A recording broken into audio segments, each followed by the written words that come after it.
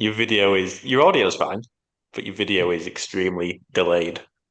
All right, I'm joining. I got my phone out. I'm joining. Your Wi-Fi Sorry, can't Kenny. handle the You cult sound so messages. sad. All right, You've made the happiest man in the world depressed, Jay. I Well done. know. Don't say that. I brought him down to my level. Honestly, Kenny's Victoria's favourites because of how happy he is, and now he's not going to be, and it's I all your mean, fault. Kenny's everyone's favourite, let's be honest, because he's just happy. It was I until sure episode you are, 33 or bud. whatever it is. I hope you're at least second place, Sam. Probably not. Yeah, Let's don't see. ask that question. No. I assure you guys, I'm a normal person. Kenny Like has Jack. the best set. Look at that in the background. That's just superb. Hey, Sam's just got socks, a bag of socks. hold on. Let me see how this. If I like how that looks. Oh, Kenny, you are crisp. All right, you guys can hear me good. Yep. Absolutely perfect. Yeah. All right. Well, let's get going then. I guess. Universally speaking, winning the long run. Hello and welcome back to another episode of the Universally Speaking podcast. This week I am joined by Kenny and Sam, and as you'll have seen from the episode title, we are going to be discussing the recent, now not so recent, Epic Universe Docuseries that premiered on Peacock in the States back in November, I think it was. It got delayed until November, I think. Sounds about Yes. right, yeah. With me and Sam obviously being in the UK, we use a VPN, didn't we, Sam, to watch it? And Yeah, that's that's kind of right. the only way to watch it if you are in the UK. Yeah, that's it. I tried lots of different ways, like hoping to put it on YouTube like they did the Velocicus documentary and everything else. And maybe eventually it may find its way onto there. Who knows once that initial rush has died down. But yeah, VPN was the only way, unfortunately. I wrote down several bullet points while watching it. I think I watched it just after Christmas, I think it was.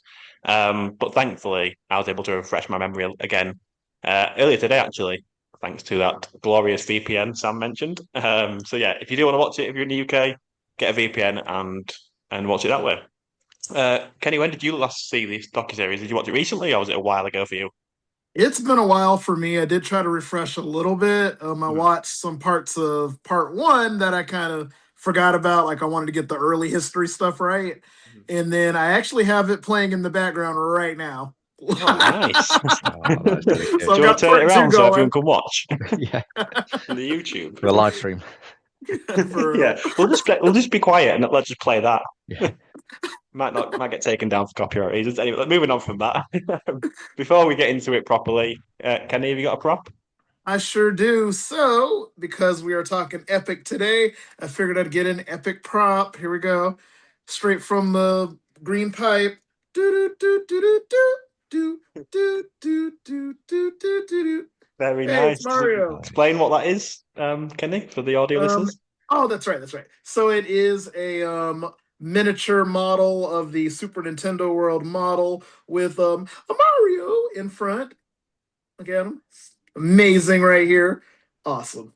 Love this prop. So it sits on my desk and right next to my Universal Globe that I showed in previous episodes. So I like this one. I like it. That is very nice. Very nice. Sam, have you got a prop other than socks, or is it another pair of Well, it socks? is a similar theme to socks, actually. So the one I'm Oh, going for today is this one. Oh, this has gone Oh blurry. yeah, Which is the Universal Studios. Yeah. yeah, the retro jumper, which we ordered online during the COVID times because we thought nice. this was going to be a limited edition thing. Lo and behold, you go into the parks now, and they're absolutely everywhere. But I've got a part two as well to take you back to those times. If you bear with me a second, Ooh. Think I know what this Suspense, is. Kenny. Oh, what the is? matching combo, and yes, Yeah. I don't know if you can hear me or not, but when we went after COVID, you didn't have to wear them in the parks at Universal, but you did at Disney. So, of course, this is the mask I was wearing around Walt Disney World So Sam has got a Universal Studios Florida mask on. to Throwing match it my back jumper. to Yeah. 2020 times to match the jumper. Oh, I'd forgotten about all those masks. I'd erased them from my memory, and you've just brought it back in. Even that 10 seconds was so hot and awful. Like, I yeah. don't know how we did it, but I we love did, how and we're here. even a mask, you've got Universal Studios mask. Can't do a normal mask. It's got to be Would you studio. expect anything else? I'm Yeah. surprised you didn't And get an Islands one. They didn't have them, yes. Jay. They didn't have the cost, yeah. Look, this is gonna surprise no one, but I have that same mask, Sam. Then there's like one that's like a pass holder one. There's one that was like black and white. The Universal Studios like all over the front of it. Like what an interesting time. Let's not go back to those times, please. Let's definitely not go there. And everyone remembers for the health and safety of everyone. Like you'd hear that spiel every like 5 minutes at the parks. But you know what? We actually had a bit of distancing at that point. Like you didn't have to smell people. They weren't breathing down your neck. They weren't Weren't bumping close to into you you. in the Yeah. queues. Yeah. There were some advantages, but There was. That is very true. a lot of disadvantages as well. Yeah. And I've actually got a prop myself this week. I found a prop, believe it or not. My one and only prop. And it does come up in this episode. While it's not Epic Universe themed, it is a Jaws themed Oh, nice. scented candle, which I found. It's not been used at all, and it was $20 on the back. Really? And don't ask me to describe what it smells like, but it smells nice. It smells really nice. I've just been smelling it. If it's Really true good. to the film, it smells like cigarette smoke and like fish guts, right? No, Okay. no. It smells like the ocean in a way. Nice. But yeah, there you go. That's my prop. Nice. Right. So the documentary then it's split into 3 parts. Episode 1 was the build, episode 2 was the handoff, and episode 3 was the opening.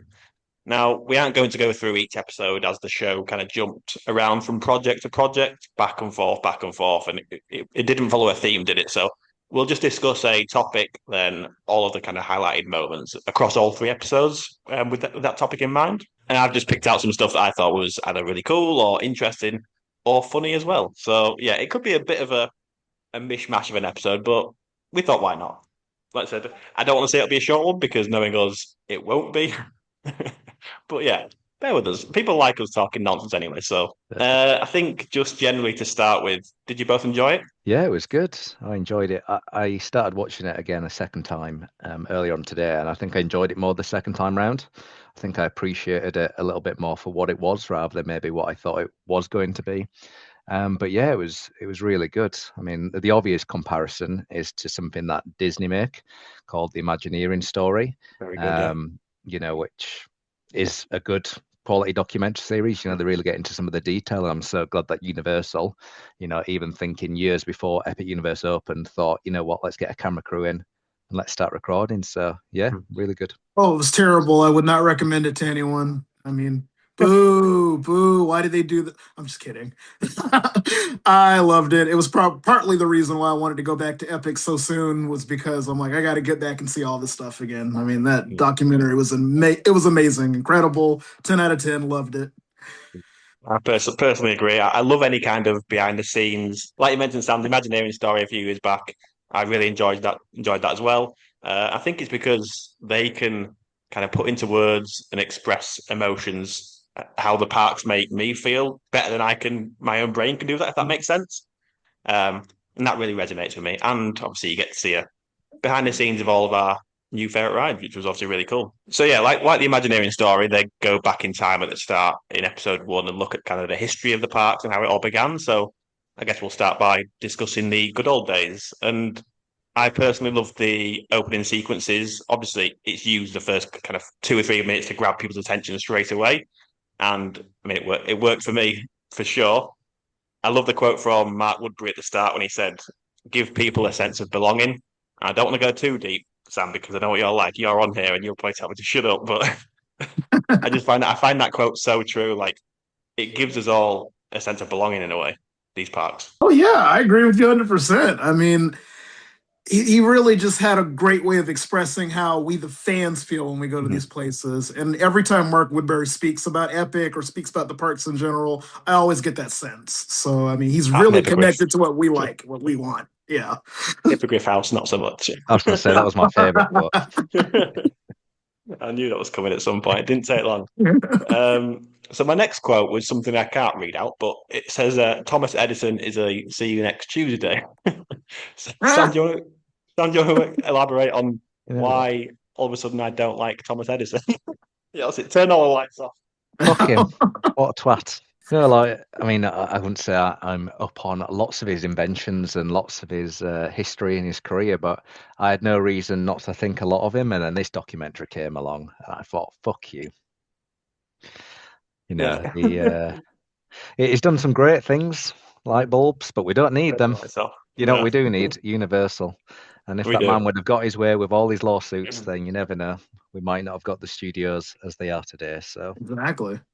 Ready? Like, I don't think there'd be a film industry, period. Like, if, people didn't speak up and like try to fight back against this guy. I mean, he was a monster.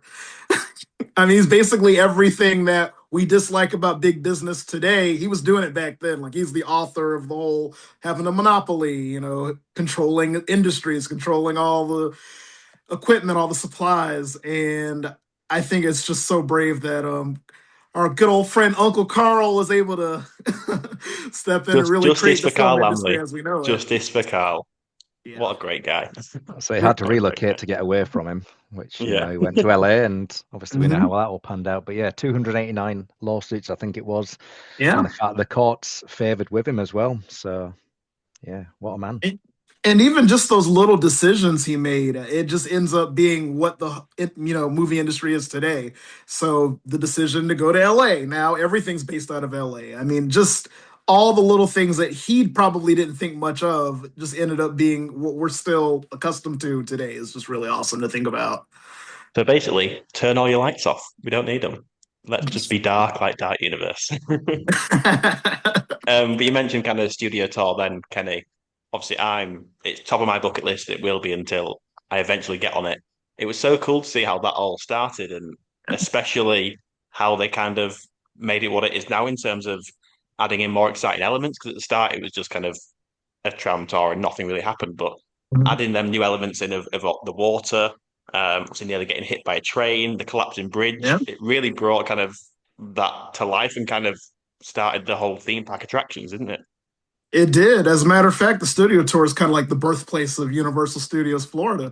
Every ride that was, part of the original park was pretty much a part of the studio tour that was brought to life. So all those little things that were part of a whole experience in Hollywood were made into like single separate experiences in Florida, and we're still doing that for better or for worse. Thinking of you, Supercharged. Or in the case of like Kong, maybe we took something that was really small on the tour and then made it like a whole big attraction. So I mean, still doing that. Jaws, Confrontation, all of that, all from the tour. So next up, we've got to give a mention to the absolute legend that is Steven Spielberg. I guess the first time we really see him is when he's talking about Jaws the ride. I didn't I didn't quite understand just how much of a trailblazer the Jaws ride actually was in terms of for Universal. Like it really was that ride, wasn't it, that kind Mm-hmm. of kickstarted it all in Florida. And I love it when Spielberg's speaking and he just goes, Jaws is fake. Like it's really fakey, but people will suspend their belief if it's something they really want to immerse themselves in. Yeah. And I thought that's so true, isn't it? Obviously, I talk about escapism a lot. And like people know it's fake, but they buy into it and they believe into it. And that's what made it so special. That's the entire park, isn't it? Like you say, he was the man who made it happen. And I say Universal would probably look very different if it wasn't for Spielberg's influence over the years. And yes, clearly he's getting a nice little dime in his pocket every Oh, every yes. time there's some admission. But you know what, Universal certainly benefit from him having as an executive producer. So yeah, long live Spielberg. Yeah. I think part of whatever deal he signed way back in the 90s, or would have been the 80s probably then, I think he gets a cut off whatever they make at the gate. So he is very happy. We're going to keep opening theme parks and portals for as long as this guy's alive, and he's going to love every second of it. So that's why he looked so happy when he was being interviewed then. He's just rolling in the money. Yep. And he gets TPT as well. Yeah. Key PT forever. Key PT. I think it was episode 3. And I found him so cute when he was climbing the scale model of Epic Universe. And then you see him then walking, again, it might be jumping around the episodes now, but you see him walk into the Epic Universe when it's kind of early stages of construction. And he's there with his little iPhone just taking pictures and videos. Like, how he's just a great guy. Like, it could be Yeah. money fueled, but it's not, is it? Like, he's just a legend of Universal. He loves it. Yeah. Yeah.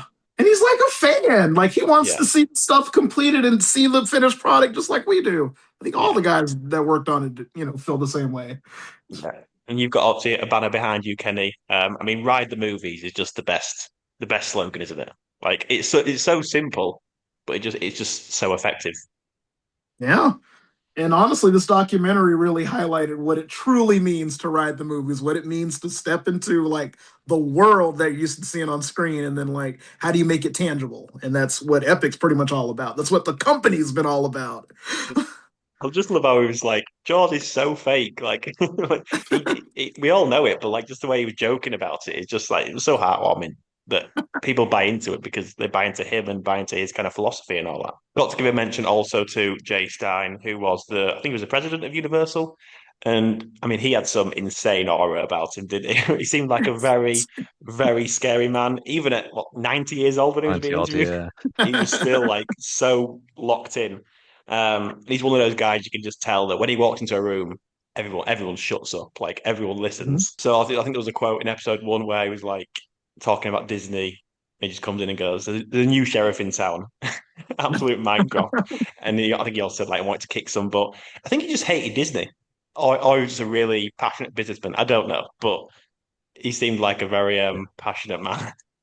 Well, Yeah, I mean, number one, they're the competition. And then number two, he's probably thinking back to how they rushed and tried to build MGM Studios Yeah, before USF opened. yeah. But the thing is, USF was amazing from the get-go. MGM's still like trying to fix itself. So I'm sorry, Hollywood Studios, my bad. It was MGM though. You're right. Yeah. So sure, he's like, screw those guys. They stole my idea. Yeah, I love. I think it was him that quoted saying, "Oh, it was in a newspaper on the documentary when it says the one that wins Orlando wins the world." Like he really, this was his life, wasn't it? Yeah. Yeah, it was the true underdog story, didn't it? He wanted to take it to the man to do it. And I think just what I loved about him is it wasn't like he was a businessman who came in near the top and took that next step to being president. He started very much at the bottom and bit by bit, worked up. He became head of the tram tour. And then he made it what it is kind of today and took it the way forward. And then, yeah, clearly the people around him saw that success and bang, bang, bang, kept going. But yeah, he's not a Disney fan, is he? I'd be surprised if he's a pass holder. I don't think he's got the pixie pass. I'm not sure. But yeah. And just rounding off this section, then in the final episode of the docuseries, they showed footage from the opening of Universal Studios Florida in 1990, and this was quite funny. I thought this is probably my favorite part. You might have seen this. Refund. Yeah. That was You might like have me seen- when I went to Epic Universe Exactly. previews. Well, that's outside, that's refund, kind of the refund. point. That's kind of the point. Obviously, you mentioned Sam that in the show they show guests kind of chanting about getting a refund, and it just shows from a theme park opening in 1990 to a theme park opening in 2026. It's still the same. They still open, and they're still, I don't know what words he used, but they still have a lot of challenges, shall we say? Yeah, and I think no matter how much time you've got on paper, you'll always think to start with, we've got lots of time, everything will be absolutely fine. And as you start getting into that final year, that final 6 months, those final weeks, you've never got enough time. And I think we saw that throughout this documentary series. And that was something that I really enjoyed. It was quite open and honest that things weren't working, that they didn't know how they were going to fix them, what those solutions would be. But yeah, you always run out of time. Things are never going to be perfect. And the opening of Universal Studios Florida certainly wasn't perfect. And it was, just, to put it frankly, I mean, it was a disaster. Oh, yeah, disaster. I also liked it when one of the guests said a 3-hour wait and it broke down twice. Again, that still happens in 2026. Or 2025. That sounds like Battle of the Ministry. Still to this day. Oh, it was so refund. Sam's there in 2025. Refund. I think got on Stardust. Finally got on Stardust. 4 times that day, I think it was. It worked out all right. I also thought it was really. I think it might have been the year later. I think it was 1991. You might correct me if I'm wrong, Kenny. You're head of Universal Studios Florida history, aren't you? But Back to the Future, the ride kind of saved studios, which I was like, yes, it did. Like it worked from the get go, and then at the time there weren't any rides like that. So of course it was like the most impressive thing anyone had ever seen at that point. So yeah, that ride was super important to the park having the legacy that it has now. The only problem is I think they went a little bit too far. Like in the future, we're like, you know what? People really like Back to the Future. Let's just keep building it in different ways over and over again for the rest of time. I loved seeing the old kind of how it looked, how Back to the Future looked, the ride on the Mhm. docuseries. It just brought back so many memories for me. Yeah. Like I can still remember the queue, and obviously you see Doc and Biff and that in the queue where the screens are now outside with the Simpsons playing. Mhm. And just getting in a DeLorean. I missed that so much. And obviously I was only a kid when I did it. Like I want to, even though I know it's not the best ride ever. It's exactly the same as Simpsons, just with a Back to the Future app, but I'd love to do that one, like as an adult, but I know it's not going to happen, so I don't know why I'm saying it. Never say never. We could get a Back to the Future party bus, Kenny. Who knows? Some kind of DeLorean bus. I don't know. To be fair, I wouldn't want that. That would kind of ruin it all for me. Watch it on YouTube anyway. Just pretend. Sit on the There sofa. you go. There you go. Yeah, that's a good way to do it. Moving on to Dark Universe then. Turn the lights off for Thomas Edison. Turn the lights off. I think it was the world in which had the most screen time in the docuseries, or that's what I thought anyway. I don't know if you agree, but maybe it's my biased view. I don't know. No, I mean the monsters are obviously foundational to Universal's, identity. They showed that throughout kind of the series, kind of going back to the roots and that legacy. And yeah, I think naturally that therefore took up quite a bit of screen time. Probably a little bit easier for them to record their own things as well, as opposed to, relationships with Warner Brothers and Nintendo and things. But no, it was good. And whilst I don't think this came across as a docuseries that was promotional material, I think they did make a couple of comments along the way about this was a bit of a risk. We had no idea was Dark Universe going to be the right thing or not. So I think by giving it a little bit more airtime and being able to show those high quality animatronics, and I'm not talking about Monsters Unchained here, then obviously they're doing a little bit in terms of getting Dark Universe out to people's mind. Yeah, well, I was going to start with the positives in Monsters Unchained, but I'll flip it. We'll start with the not so positive or negative for you, Sam, in Curse of the Werewolf, a ride that's gone up in your estimations, Kenny, on recent visit. And Sam, I'm sure you've written this note down as well because it was, and Kenny, I'm The, sure you the have as well. quote of the series, was Oh, it? yeah. Yeah, I don't know if we've got the same one, but when they said we've been working on Curse of the Werewolf for 3.5 to 4 years. Shit. I'm sorry. I didn't know. I was absolutely speechless because, again, I don't want to be. Sam, you can have your view in a second, but I don't want to be too damning. I don't want to slate it completely. I don't want to go over old ground. We speak about Epic quite a lot on the rides. I enjoy Curse of the Werewolf. It's fine for what it is. Don't wait too long for it, and it's an okay ride. We know Yeah. it's not groundbreaking. It's an average, fun, short ride, but 3.5 to 4 years seems. Kenny, I don't know what you think about No, it's like literal bullshit because that. You're supposed to be positive, Kenny. no, because when they released the Call it first out. concept art in 2019, it wasn't even on it. So at what point did they decide, oh, well, we're gonna put a coaster here? It was the day No. They after they act like they released were that, planning Kenny. it for years. Yeah. Sam, how long would that ride take you to come up with if you were designing a theme park? 20 minutes? Probably, if that. But honestly, I can't remember the quote. I didn't write down any quotes. I know you're shocked to hear that I'm not prepared. But it was when they were moving the My Maleva next point, yeah. bit across from the studios or the workshop, and they were Yeah. unraveling it, and they were all there, and it's like, what the fuck is this? And I mean, having seen it in person and having seen the setting, I think we all completely agree with that. But to see that first-hand reaction of the first time of like, what? Like, oh, that's it. To be honest, I rode Curse 3 times. I don't think I saw it the first 2 times. I think I just missed it, but every time. But yeah, I did. There it is. I mean, you're I already mean, in shock. Like, is this the ride over? Is that it, or are we about to shoot off again? Yeah. And then, yeah. like, you've gone to TK Maxx or somewhere, mannequin. Or TJ Maxx, depending on where you Or live. yeah, there we go. Wait, is it Yeah, not called TJ Maxx everywhere? it's called TK Maxx over here. Get out. No, Breaking for news, real. yeah. TK Maxx and spoons. Oh. You learn something new every day with us, Kenny. But yeah, I did have to laugh when I saw them unraveling and just carrying it onto the back of the pickup truck and laying it down carefully and unraveling it. Should have pushed it over and kicked it. Oops, it broke. I'm so sorry. Guess we can't have it. Like, I can't think what the meme is. It's a guy and he's like, "What the fuck is this piece of shit?" I'm sure you know which one I mean, but that is literally like the reaction when I saw that. Yeah, yeah. I can't believe that they can't have been designing that ride for 3.5, 4 years. Sam, your favorite quote is "off the shelf." You love that one, or fairgroundy.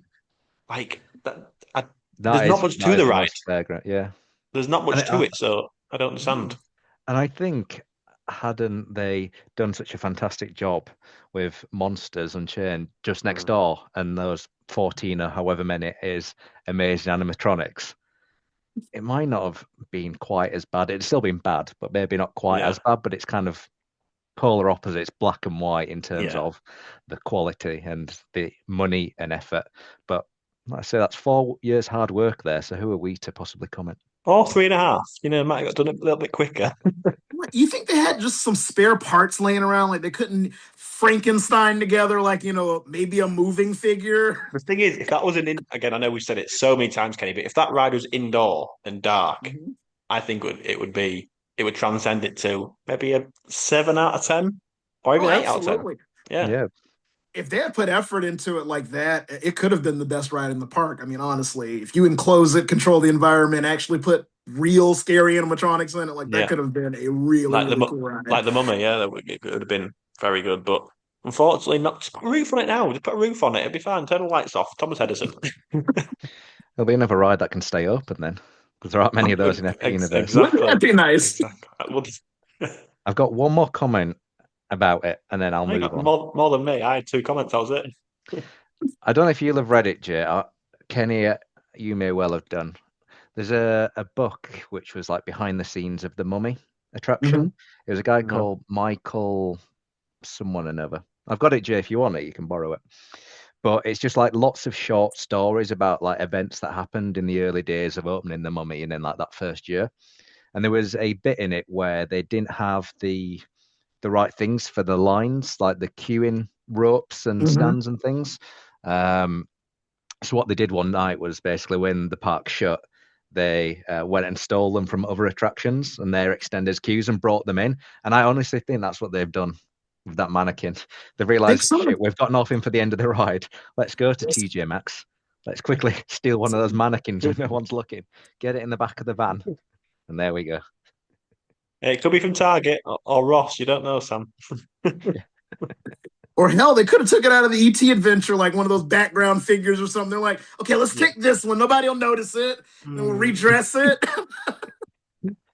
And just on that universe, if they had one more attraction, again, an average to kind of a 6.5, 7 out of 10. If they had one more attraction, I think that might be my favorite world. But again, I still think that having monsters and obviously Curse is not the best. If they had one more ride that was cool, it would feel much more complete, wouldn't it? I think, which it could happen still in future developments. Oh yeah, like they have an expansion pad for it. Like there is going to be something there one day. They're planning on it. It's just a question of when. We might not like the answer to that. Yeah, let's not speculate. Yeah. if we get that Creature from the Black Lagoon ride, that's going to be my favorite world, 100%. Coming in 2040. I'll just be happy to survive till 2040, Kenny, to be honest. So, was that 14 years away? Let's not think that far ahead. One day at a time. At least Universal UK will be open then. So, yeah, I had 2 notes on Curse of the Werewolf and I had 10 notes on Monsters Unchained, of course, because it got quite a lot of love. And, yeah, getting a behind the scenes glimpse into my favourite ride at Epic Universe was so cool. Maybe a little bit emotional, I won't lie. And obviously, when they said this is the most complicated ride of all time, that's why I enjoy it as much as I do, because I can see how complicated it all is. Kenny, I'm sure you love seeing monsters behind the curtain as well. Oh, hell yeah. It was amazing. That ride is just insane. And then just to see that they documented it so well just made my heart so happy. And I think part of that's the Gregory Hall effect. I feel like things that he's a part of tend to get well documented, well preserved. So Yeah. I I know we'll mean, talk about him later, I'm sure. well, no, we can talk about him now. I've got a few notes about him. I've basically just written down that he's one cool motherfucker. Basically, he's just so cool, isn't he? He's just one cool guy that designs theme park rides. And he just loves it, and he's passionate about it, and he's a cool guy. Is what I'm saying. Yeah. And he's so nonchalant. Like, he's Yeah, literally the chill guy meme. He's like, yeah, I'm a chill guy. I made the yeah, Velocicoaster. I made yeah. No Monsters biggie. Unchained, Yeah, whatever. no No big. I big made deal. Hagrid's. Yeah, it's cool. Yeah. Fine. Transformers, you know. Yeah. Yeah. Got to start low, haven't you? And then went to Hulk, and then slowly I got knew better that and was better. coming. I knew that was coming. Well, I think there was one bit in the series, I think it was episode 1 actually, where you could tell he was a chill guy, but you could tell he was stressed as hell as well. Like, just when everything Don't let was it going show. wrong, Don't and he let had it no show. idea. Like when he was testing it out and going, like, that wasn't working. That wasn't working. I mean, that's still kind of the case a year on, isn't it? Or nearly a year on. It's things are Yeah. still not going too well, but I guess that comes down to how complicated the ride system is and Yeah. all the animatronics. It's going to be like that, unfortunately. Um, a few other notes that I made about this ride. I said not more Dracula feet close-ups. Didn't want to see them close up personally, but they're still a bit dusty and dirty. And I thought it was really funny seeing the monster animatronics with no hands or Oh, no yeah, that was arms. pretty They were cool. just like I think it was the creature in the Black Lagoon was just like limbless, which was it was pretty scary. Should have left it like that. Like, she was mid-experiment and then Yeah, everything just one started. arm. I also thought it was crazy to see the movements of the animatronics imported on the monsters via a computer. Again, I'm no tech person. I don't think too deep in terms of how they do things. Kenny, you might be more of a person that thinks about logistics and how it's done. I have no idea how they make all this stuff. I don't really think that. I just let it all immerse into me and take it all in.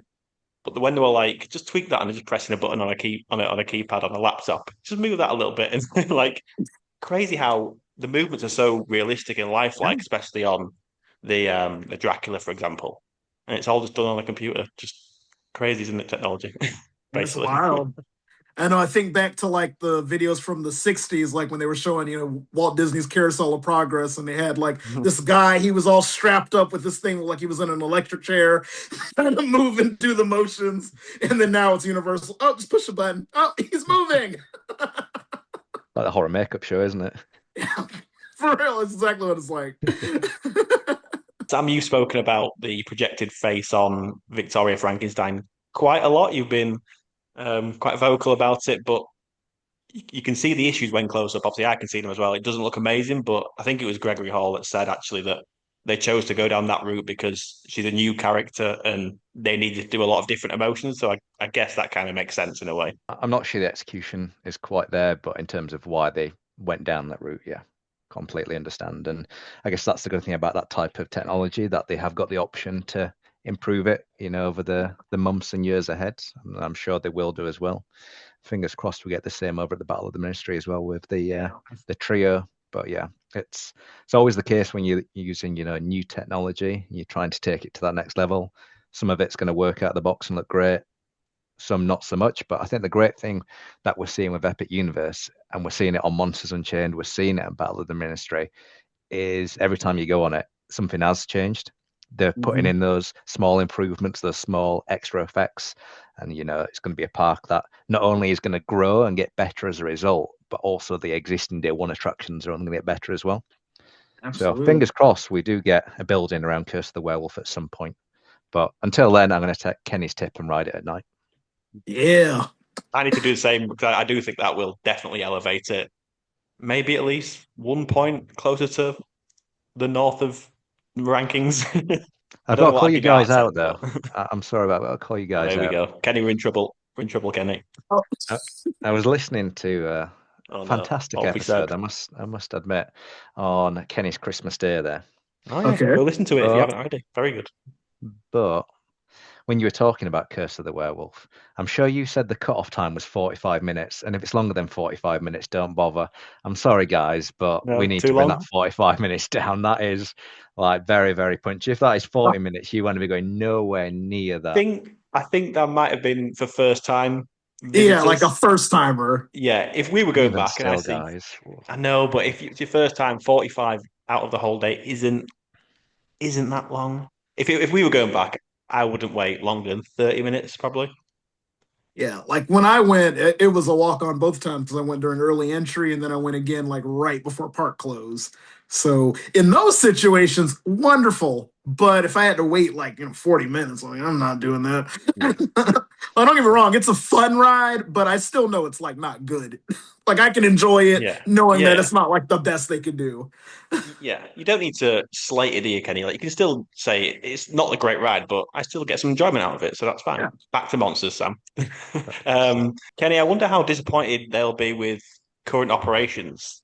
Do you think it's just part and parcel of an attraction of that magnitude? Obviously, you went recently and had a lot of issues with it, or do you think that they're going to be pretty pissed about how it's going?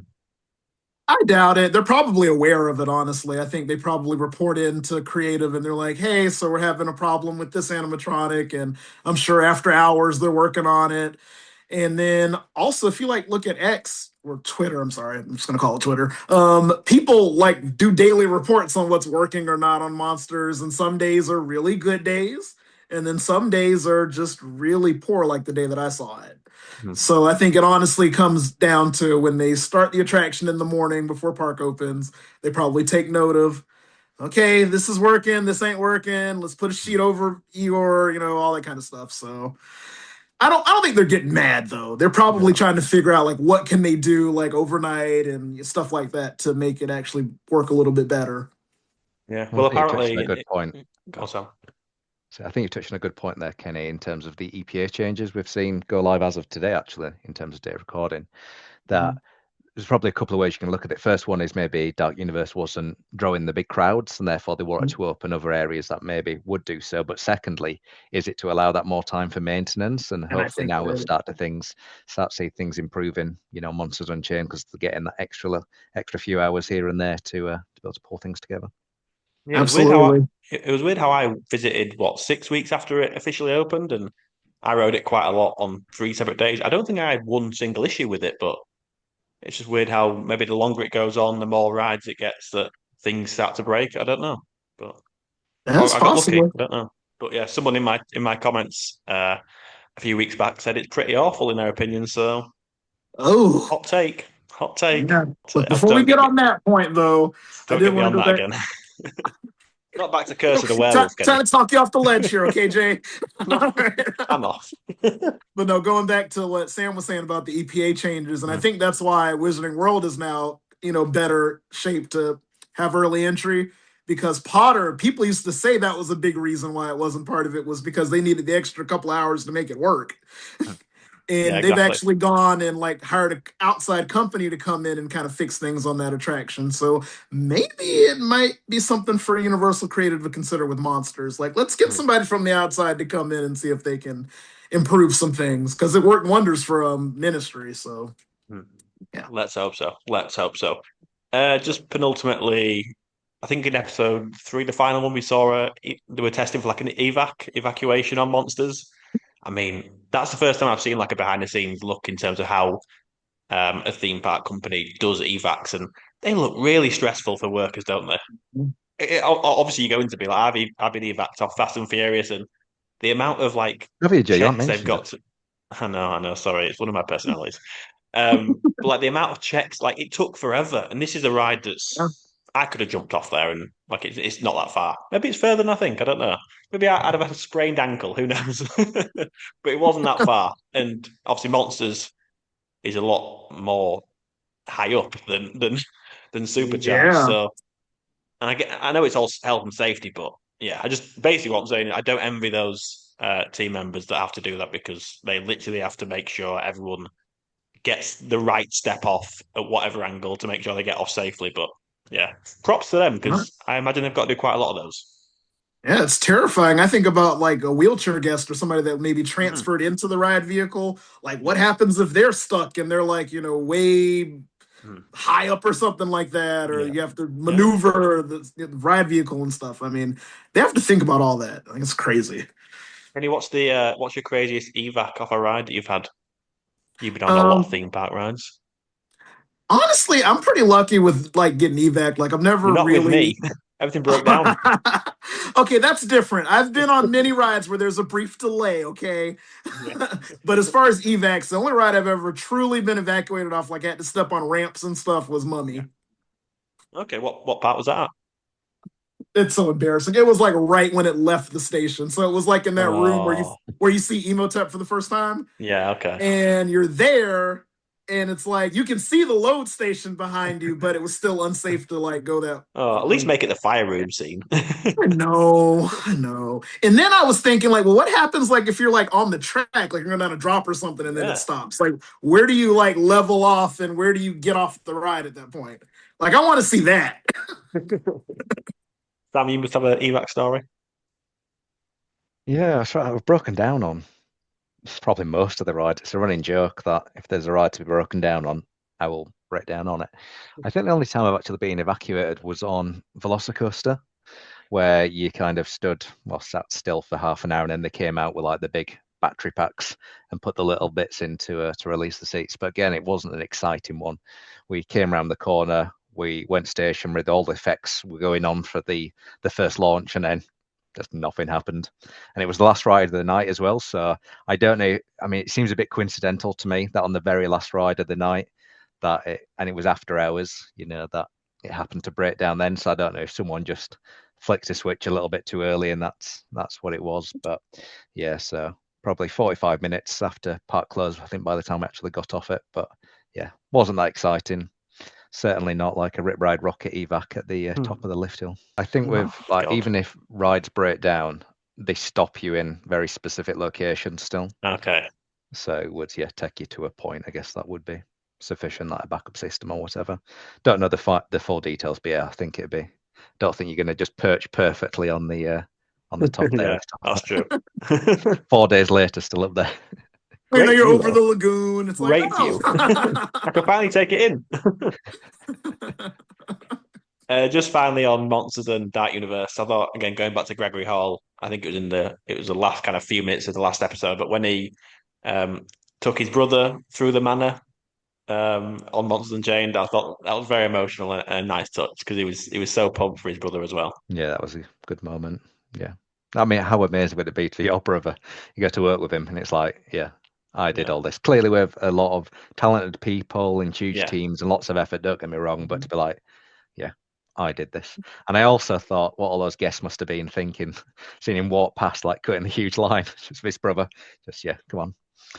Backstage passes in rock and roller coaster terms, We're moving into the Wizarding World, Kenny, which again it didn't get that much showing on the docuseries. I thought, apart from Le Cirque Arcanu, it was all about the show. It didn't show anything about.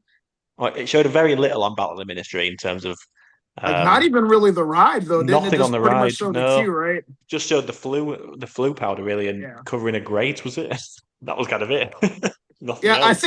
I think pretty much the reason why is because if they did film the inside of the ride being made, it would just be a bunch of creatives. It'd be a bunch of creatives saying, "Fuck, it doesn't work." Your legs down, sit your back on them straight. They literally didn't show it, so they just stuck with Circa. They didn't even show the world, like in terms of anything else. They just focused on the show, but just on the Circa Canoe because that's all I've got to talk about, I guess. Kenny, you might know the exact names of these beasts in the show, but I thought it was crazy how two people had to kind of get into that beast thing, and it looked so uncomfortable. Yeah, I would have never guessed it was two people, and also I do not know the names of the beasts specifically. But oh my goodness, everything about that show is just like it made me appreciate it more. And I think watching the documentary, then going back to see the show in December, really helped moved it up like my rankings of things. So I mean, lots of respect to them for putting that on, and then doing it every day, multiple times a day is just incredible too. Yeah, I mean that deer thing again. Don't know the names, but I'm calling it that deer thing. I don't know, but look, the position that the person had to be in inside of it, it looked like their poor backs. They're going to need some serious chiropractor work. I don't know if that's my old body speaking and thinking, but I was like, how my back's hurting just watching them in that position. Never mind the backs. I want to know where that guy's head is. Who's at the back? His head's in his back. His head's in Backside. summer, I think. Yeah. And So yeah, also, I wonder, unless the crew's like 100 people, you'd have Yeah. to guess it's maybe like some of those dancers from the beginning switch Mm. over and get in the costume, right? I mean, Yeah. it's like a lot of work. Yeah, but just on like you said, Kenny, I agree with everything you said. But you can see why it's always down. I mean, it's so technical, isn't it? There's so many elements to it. Again, similarly to the Born Suntaku in a way, that's obviously has it's always going to have its challenges in it because it's so technologically advanced that it's always going to struggle in a way. And how many times have we had the person come out in Born and say, slight issue, but we're going to tell you all about the show. So I don't mind those bits anyway, even though I've heard it 3 times now.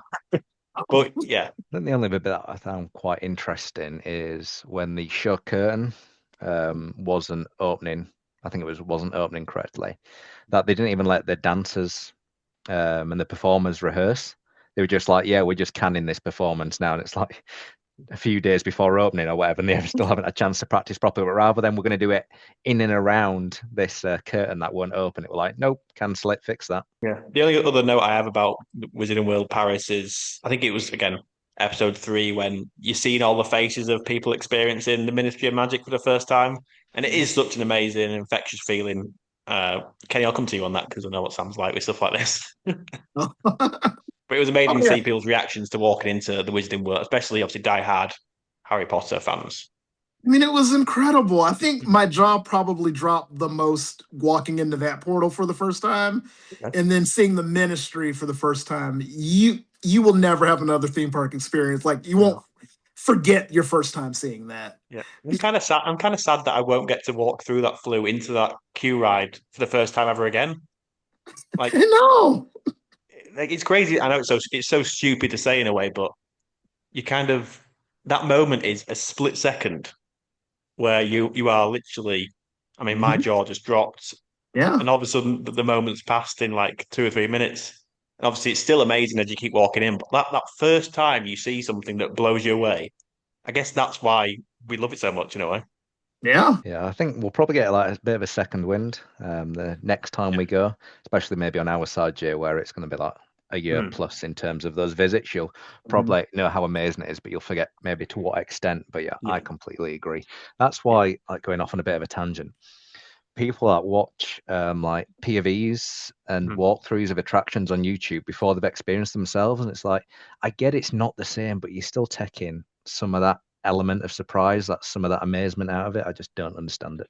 I guess that's why I was so desperate to avoid seeing anything before I went. I was like, scroll past, scroll past, scroll past, because you do lose that element of surprise in a way that makes it so special. I don't think seeing the Ministry is ever going to get old. It's going to blow you away every time, but that first time is just Oh yeah. gold dust, isn't it? Like It's I'll like be honest, when I see Gringotts, like, like when I yeah. walk in through there, and I'm like, wow, I can't believe it. Still to this day, like that one gets a reaction out of me.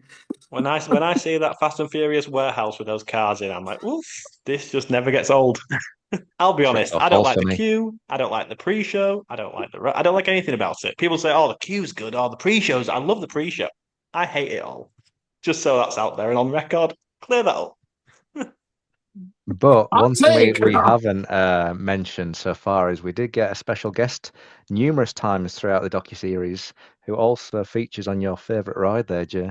He was actually in my notes, but at the bottom, in any other business, I was going to say Vin Diesel comes into the show after about 90 seconds. And I'm like, for God's sake, what's he doing here? I'm sure Vin Diesel's a very nice man. He wasn't Gregory Hall level of coolness, though, was he? No, he wasn't. No, he wasn't. Not quite. No one's as cool as Gregory Hall. So finally I mean, I say finally because Nintendo was not even featured until the very last part of episode 3. And even then Yeah, that was it weird.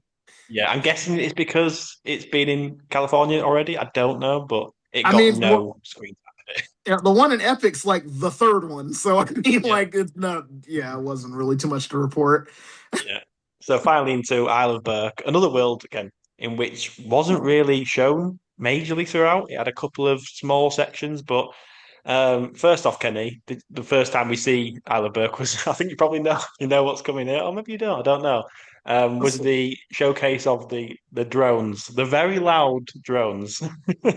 Ah, was more of an air horn. And when I tell you, it sounds just like that in person. I mean, of course, the music in Bert kind of helps drown it a little bit. Those things are loud as hell. Like, I can see why it was not ready. And they tell you in the documentary that it's not ready, but yet Universal, they're trying it anyway.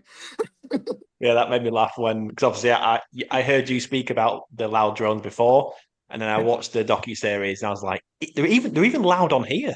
I'm like, turn it down, it's too loud. But I guess I they can only can't help imagine that. it, I it don't was know. in I'm not a drone someone's expert. like objectives to 2025 that those drones have to be in the sky and launched that year, opening year, or else someone wasn't getting the bonus. So when Kenny was there, they were like, "Get him up." It had to be. Like, I'll never forget. I was waiting in line for popcorn, and then all of a sudden you hear the buzzing first, and then you look up, and it's like, "Oh, it's a dragon!" And then like other people started noticing and pointing and taking their phones out. Like, it's pretty cool. Are you still running regularly at Epic? Do you know, Kenny? Or not? No, well, it's not like officially open. Like, they've not Okay. acknowledged that there's drones. It's just like Right. some people get lucky and see them, and then sometimes you don't see them. They showed it in docu-series for the opening, and it's barely been seen. Is that right? Yeah, right. So they initially planned like this land is always going to have dragons flying over it, but they even mentioned in the documentary like it was not quite ready yet, so they decided not to open with it. And I think what we're seeing now is them testing it out. But even I don't think this is going to be the official final drones. Whereabouts were they flying, Kenny? In the world? It's right at the back of the land, like it's not over guest areas at all. It's going to be Oh, okay. like behind the untrainable theater. You can tell Right. they're off in the distance. So it's behind Hiccups where the grass and the fence is. Right, got Yeah. it. Where the nothing is. Yeah, exactly. The drone Again, launch site. yeah, exactly. The drone launch. Is that its official name?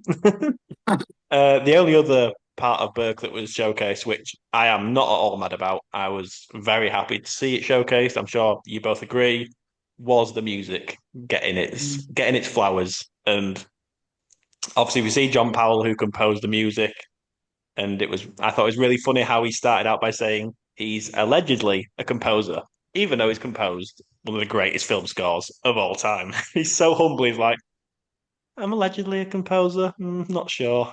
He's so humble, but he just, yeah, was amazing. And I think one of the quotes he said was, "Music is to bring out emotion," and he's not wrong there. He's really not wrong there. That is the one. Yep, I think if they had some music to fire drill, it would increase everyone's emotional attachment to that ride. I think it would really help. Trying to be nice about the music, and Kenny, you brought it down a level there. Sorry. Anything about wing gliders? Did they say Not wing anything about it? gliders. No, sorry, Oh. I meant Dragon Racers Rally. I get them mixed up quite a lot. Add some music to Dragon Racers Rally. That might help the spinnings. Don't know, is there a 10-second version? Because that's all you need on that one. It's not that short. You get 5 spins. It's not. I wonder how long that ride is. 90 seconds? Seems about right. Yeah. I only 5 did it minutes once. to load and 60 seconds 90 is not seconds really on the going ride. up, coming down. Yeah. Yeah. The thing is, again, if I went back, I wouldn't wait a long time for that ride because, like you said, the loading is just a bit of a pain in the ass, I think. Yes. A side point with that vinyl coming out. I know we've talked about it in a couple of episodes recently, but I don't have a record player, but I'm sure as hell buying that vinyl next time I'm out there. And hopefully there's a Celestial Park vinyl at that point, and hopefully it's a huge collection. And I might well get the player at that point, but just the art and just to have that piece of merch. I look forward to in a year's time when you say, Jay, what's your prop? And there it will be. Yeah. You're not getting the Nintendo vinyl, on repeat. Nothing will beat Kenny's version of that when he was That's showing true. us his prop earlier on. So Sorry. Still waiting for you to sing Pokemon again, Kenny. I'm practicing. I'm Learn the practicing. words, Okay. I didn't realize it had so many words. Oh my goodness. It's just Pokemon in your world, Kenny. Just Pokemon. I thought it was interesting how we got to see the clothing designer at work for. Like, I can't remember if she was the clothing designer for every world. I think she might have been, but that is one stressful job, kind of getting all the Yeah. outfits sorted for Burke and all of the ministry outfits. And it's something that I class myself as an average theme park goer. I don't really get involved in all the details and stuff, but when you watch kind of someone at work like that, people take it for granted in a way because people don't even realize it. But I mean, props to her because that is a stressful job getting everything sorted. It's like when someone said about one of the headwears in the Cirque show. They were Yeah, like, "Oh, it's not quite 100% fitting on my head." And she was like, "Right, we're getting it sorted now." and making your head smaller because the costume is Yeah, perfect. get that hammer, bash your head in. Frankenstein's. But yeah, you're exactly right. It's all these little details that make Universal and some of the other parks stand out from the rest. And Yeah, it's these stressful, hard-working situations that these people are put in, and it is what makes the difference. And yeah, not a job that I would want, but like I say, no, if that's your thing and you loved it, and certainly not settling for not settling for substandards, really Mm. driving that high quality, and it just goes to show the impact it has. So yeah, I agree. Yeah. I also forgot how incredible the lighting package is on Stardust because there's quite a few shots of it at night, and Yeah, obviously seeing it like it's a really well done documentary, and it just looks. So I'm guessing you've done it at night, haven't you? yeah. Why so? Yeah, unbelievable as a night package. Yeah, no, it looks really good. And Joey's seen a couple of videos of it at night as well, and he said, well, I mean, the proof Confident will be now, in is the he? pudding. Yeah, we'll see when Yeah, he gets yeah, there. exactly. But There'll be yeah, he tears. said at night it looks really cool. And there's a side note, when he hits 48 inches, which he is about now, he can do every single attraction in Epic Universe. So that may be the first theme park that he actually fully completes. Wow, he'll do that before me probably. See if You he think rides he, Fast and you Furious before you or not next year. think he'll have any doubts on going on Stardust and Velocicoaster? Yeah, and Yeah. he'll be bricking it and he'll Wait, hate it, how old but is it's he? just he'll be 7 by the time he does these things. Kids are fearless. Yeah, Just it'll throw be him on. fine. Thing So is, and like, if people would have thrown me on, I'd have been fine. So just throw him on, and it's good for the longer term. 100%. So when you've got like that extreme, and then you've got Monsters Unchained at a completely different That's end a of the very spectrum, different. Yeah, and then we've got The Mummy for the first time, which is going to be somewhere in the middle of the two. It's yeah. going to be interesting. Anyway, we digress. Kenny, Sorry. It's a day from hell with technology. It's so Kenny, bad. what's going on? And we're joined here by the engineer of Monsters Unchained. It all makes sense now. The curse is Mm. real. It's real. Hold on. Sorry, guys. I'm Do I need to go this way, back Kenny, to where so I you can was. see me? Did you turn your charger on? Feel like I'm in the. Fucking hell, Kenny. It was also interesting when I think, obviously, again, keep going back to jumping around episodes, but the final episode when they were opening the park, and even in before, obviously, you see a little glimpse into the meetings they have in terms of everything they need to sort. Beautifying the park, I think was one of the quotes. When I know you're a big fan of beautifying the park, Sam, Getting that and concrete flowers. ready. Well, actually, I've just seen a few weeks back. They're fixing some of the concrete in Celestial Park already, aren't they? Are they? Yeah, you'd be pleased to know that. So there'll be no tripping over. That'll be a Um, 4-year job, that, the amount of concrete there is there. yeah. Now, in terms of my own job, I don't like pressure put on me. I work best when there's no pressure. I can just do what I need to do.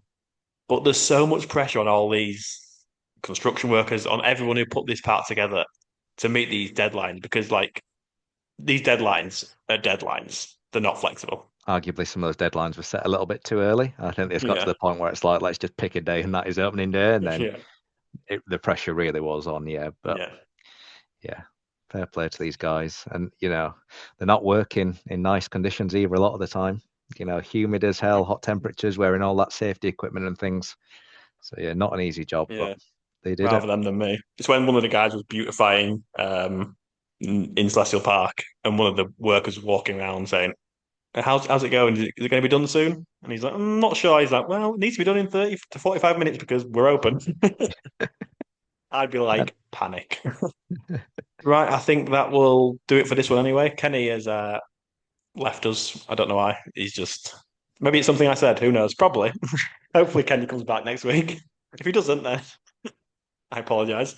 But yeah, thank you all for listening and watching and just generally supporting the podcast. It obviously means a lot. And Kenny's now trying to join the call again. But I'm going to decline and say, yeah, we're done. There's nothing else to speak about. Thankfully, I don't think it was too long at all. So a shorter episode for a change, which is future me is happy about. Editing me is very happy about. So yeah, thank you all, and we'll see you all again next week. See ya.